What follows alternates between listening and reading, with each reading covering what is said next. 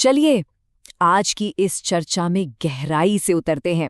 हम अक्सर ना एक बहुत ही गहरी मनोवैज्ञानिक उलझन का सामना करते हैं। बड़े बड़े लक्ष्य तय कर लेना, लेकिन उन्हें पूरा करने के लिए जो जरूरी कदम है वो उठा ही नहीं पाना। होता है ना, शुरुआत में बहुत जोश होता है, बिल्कुल आसमान पर, लेकिन कुछ ही दिनों में वो जोश एकदम ठंडा पड़ जाता है। तो आज हम जिस स्रोत सामग्री का विश्लेषण कर रहे हैं वो एक बहुत ही सरल लेकिन कमाल की प्रभावशाली कहानी है, बीज की निरंतरता। ये कहानी हमें बिल्कुल साफ साफ दिखाती है कि क्यों अचानक से आने वाली प्रेरणा या मोटिवेशन लंबे समय तक काम नहीं आता, और कैसे बस एक छोटा सा बदलाव किसी भी बड़े सपने को हकीकत में बदल सकता है। चलिए देखते हैं। कहानी के मुख्य पात्र आरव का परिचय इसी एक वाक्य से होता है। बड़े सपने देखता था लेकिन काम कभी पूरा नहीं करता था। सच कहूं तो ये केवल आरव की कहानी नहीं है, बल्कि ये सीधे सीधे मानवीय स्वभाव का एक आईना है। हम इंसानों का दिमाग ना बड़े सपनों को देखकर बहुत जल्दी उत्साहित हो जाता है।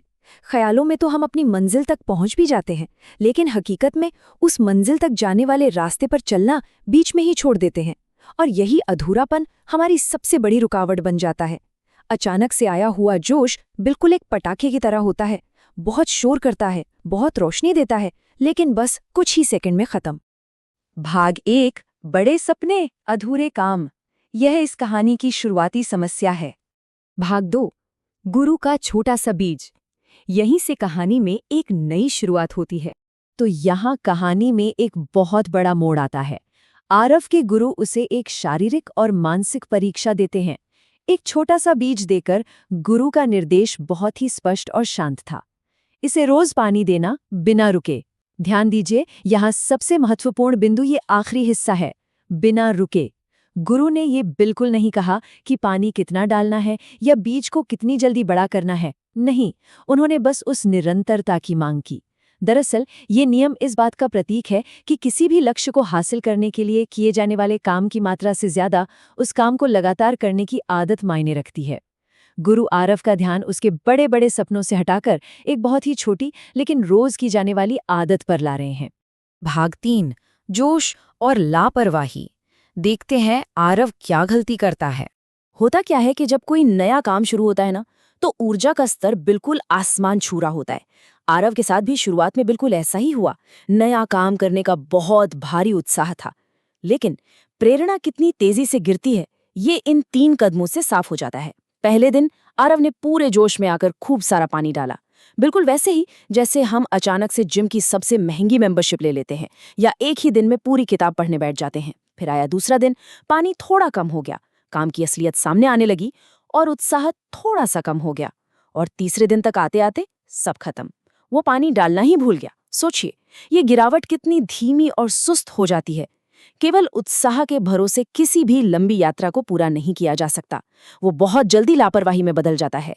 भाग 4, सूखे बीज की सच्चाई। लापरवाही का क्या नतीजा निकला? कुछ ही हफ्तों बाद उस लापरवाही का जो अपरिहार्य परिणाम होना था वो सामने आ जाता है। बीज पूरी तरह से सूख चुका है। अगर हम गुरु के इस तर्क को थोड़ा गणितीय रूप से समझें तो बाईं ओर है एक दिन की मेहनत और दाईं ओर है दूसरे दिन का आराम। जब हम एक दिन बहुत अधिक काम करते हैं और अगले दिन उसे छोड़ देते हैं तो पता है कुल परिणाम क्या होता है? एकदम शून्य, जीरो। एक दिन का पानी उस बीज को जिंदा नहीं रख सकता अगर अगले कई दिनों तक उसे सूखा छोड़ दिया जाए। ये साफ तौर पर दर्शाता है कि अनियमित प्रयास हमें कभी आगे नहीं बढ़ाता, बल्कि वो हमारी की कराई मेहनत को भी बर्बाद कर देता है। निरंतरता के बिना संभावना अंदर ही अंदर मर जाती है। जब आरव उस सूखे हुए बीज को देखता है तब गुरु एक बहुत ही गहरा रूपक सामने रखते हैं। वो मुस्कुराते हैं और कहते हैं, सपने भी ऐसे ही होते हैं। इस बात की गहराई को महसूस कीजिए।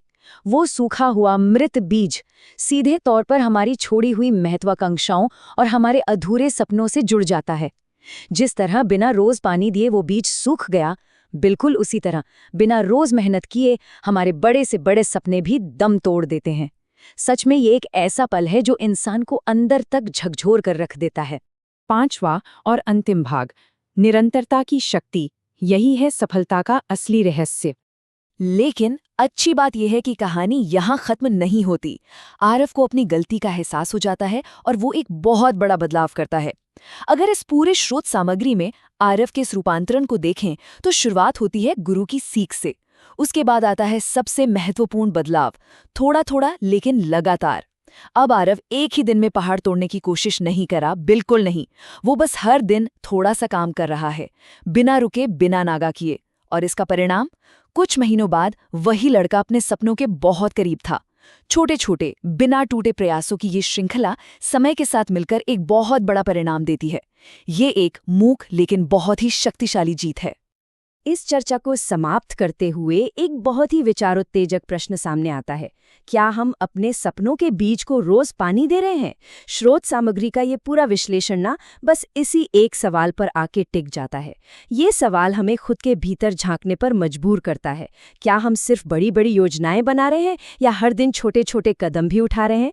इस कहानी से यही सबसे बड़ी सीख मिलती है कि सफलता एक दिन की छलांग नहीं है, बल्कि हर दिन उठाया गया एक छोटा सा कदम है। इस विचार पर गहराई से सोचिएगा।